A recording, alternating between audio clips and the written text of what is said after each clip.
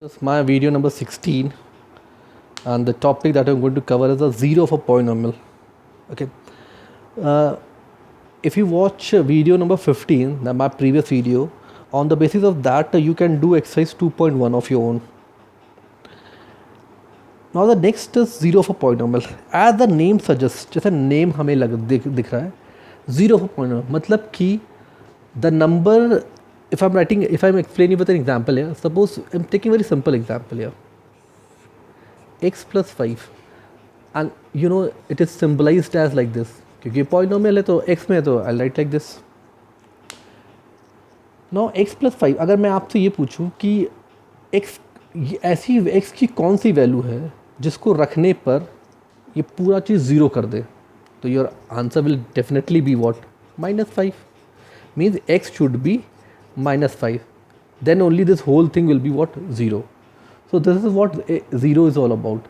0 का मतलब क्या होता है, that the value of that variable that makes the whole polynomial 0. मतलब वेरिएबल का वो वैल्यू जो उसको पूरे को 0 कर दे. If you putting 1 here, if you putting it will not become 6, if you putting 9 तो वो 14 कर देगा. यहाँ पे अगर -4 रखते तो उसे 1 कर देगा. तो I want that value of x for which this whole thing gets you what, 0. तो this is what is 5. so this is called the zero of a polynomial. Okay, now the question is how to find out a zero. अभी तक मैंने सिर्फ आप लोग को zero का मतलब क्या बताया था. अब ज़ीरो निकालते कैसे. कोई भी एक्सप्रेशन दिया हुआ, आई मीन टू से कोई भी पॉलिनोमियल दिया, अगर उसे आपको ज़ीरो निकालना है तो do one thing. Suppose if I let's take one question है, find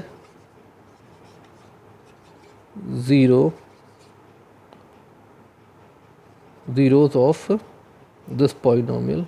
I'm taking in y, 2y minus 9. Okay, अब मुझे ये फाइंड आउट करना है. It's very simple.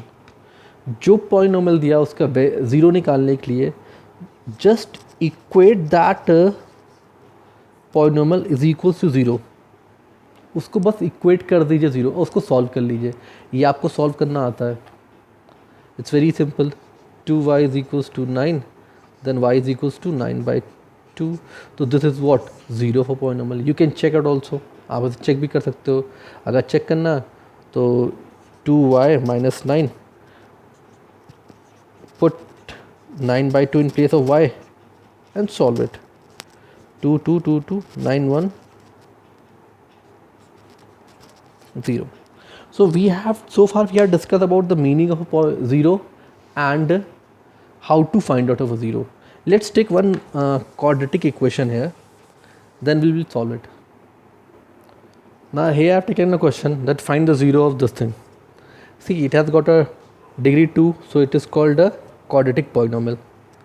So do one thing, just equate this polynomial is equal to 0 and solve it. X square is equals to 1, then x will be plus minus 1.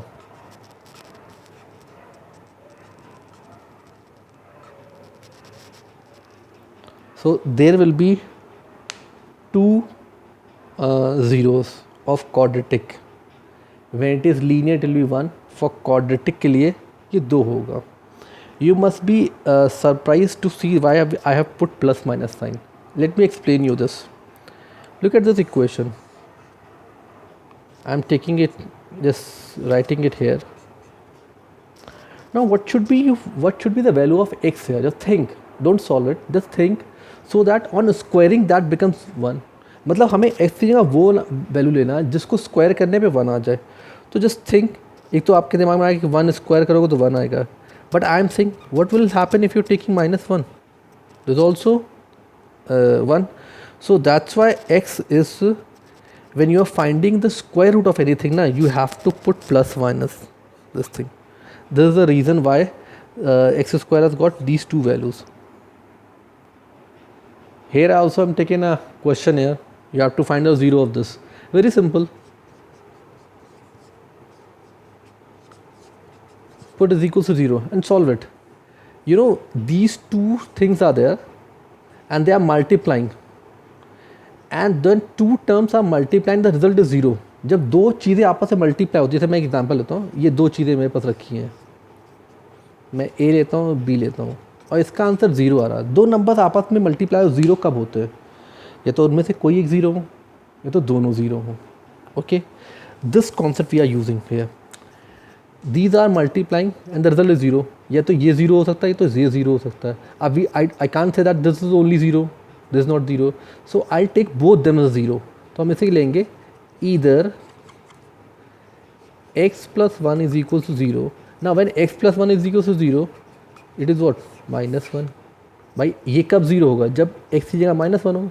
Now when this will be 0, or x minus 2 is equal to 0, this give you what?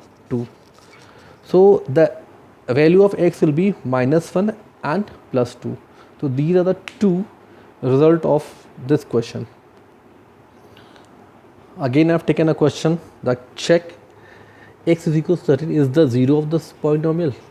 अब मुझे check करना है. We know that according to definition of 0 polynomial, 0 क्या होता है कि that makes the whole thing 0. यहाँ मुझे चेक करना है, वैल्यू नहीं फाइंड आउट करना है. So what will I have to do? I have to put 1/3 in place of x. So x की जगह जहाँ जहाँ है वहाँ लगा दिए. यहाँ पे x था तो वहाँ पे 1/3 लगा दिया. Now 3 1/3 plus 1, solve it. This is what? 1 plus 1, that is 2. ये 0 तो नहीं है, this is not equal to 0. So we say that this implies that 1/3 x is equals to 1/3 is not the 0.